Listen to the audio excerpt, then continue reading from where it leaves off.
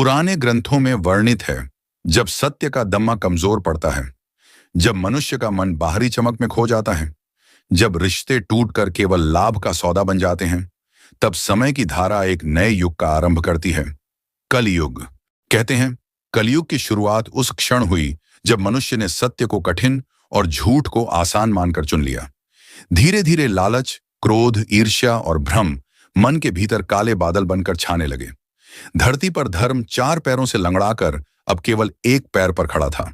सत्य, दया, तप और दान में से अधिकांश लोगों ने अपने मन से दया और तप को खो दिया था। लोगों की दृष्टि बाहर की ओर हो गई, दिखावा, सुविधा और तुरंत मिलने वाले सुख की ओर। भीतर की शांति, भीतर की रोशनी, भीतर का ईश्वर सब धीरे धीरे धुंधले पड़ने लगे। एक शांत गांव में एक वृद्ध साधु रहता था, जिसे लोग दादाजी कहते थे। सफेद दाढ़ी, शांत नेत्र और चेहरा ऐसा जैसे समय भी जिसकी सीखों के सामने झुक जाए। एक दिन गांव के बच्चे उसके पास आए और बोले, दादाजी, कहते हैं कलयुग आ चुका है, क्या अब सब बुरा ही होगा? वृद्ध मुस्कुराया और बोला, कलयुग बुरा नहीं है, बुरा वह है जो मनुष्य अपने भीतर पैदा करता है। बच्चे चौंक गए। पर दादाजी, कहते हैं कि कलयुग में अधर्म बढ़ता है। वृद्ध ने मिट्टी उठाई और बोला, मिट्टी में अंधकार रहता है, लेकिन वही मिट्टी बीज को जन्म देती है। अंधकार बुरा नहीं, मनुष्य का चुनाव बुरा या अच्छा होता है। वृद्ध ने 3 छोटी छोटी घटनाएं सुनाई। गांव का एक व्यापारी लाभ के लालच में कमजोर वजन से अनाज बेचने लगा। उसे त्वरित फायदा मिला, लेकिन उसके घर की शांति छिन गई।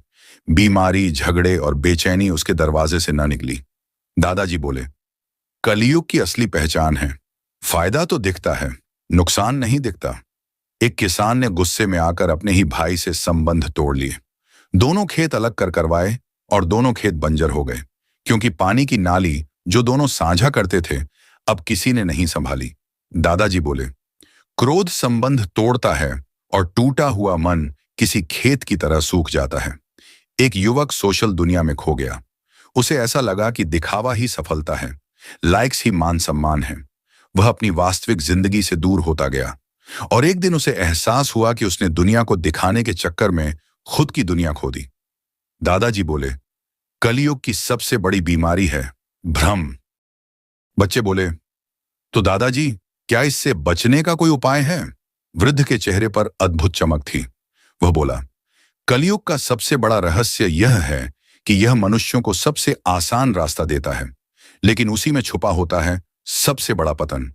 और जो मनुष्य कठिन रास्ता चुनता है, सत्य, संयम, ध्यान, दया और कर्म का, उसे कलयुग सबसे जल्दी फल देता है। बच्चे चकित हो गए।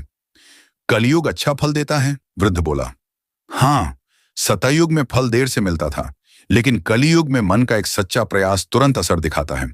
वृद्ध ने अंत में कहा, कलयुग अंधकार का युग है, लेकिन अंधकार तभी होता है जब दीपक बुझा हो। इस युग में जो व्यक्ति अपने भीतर का दीपक जला ले, उसका प्रकाश अन्य हजारों दीपकों को रोशन कर सकता है।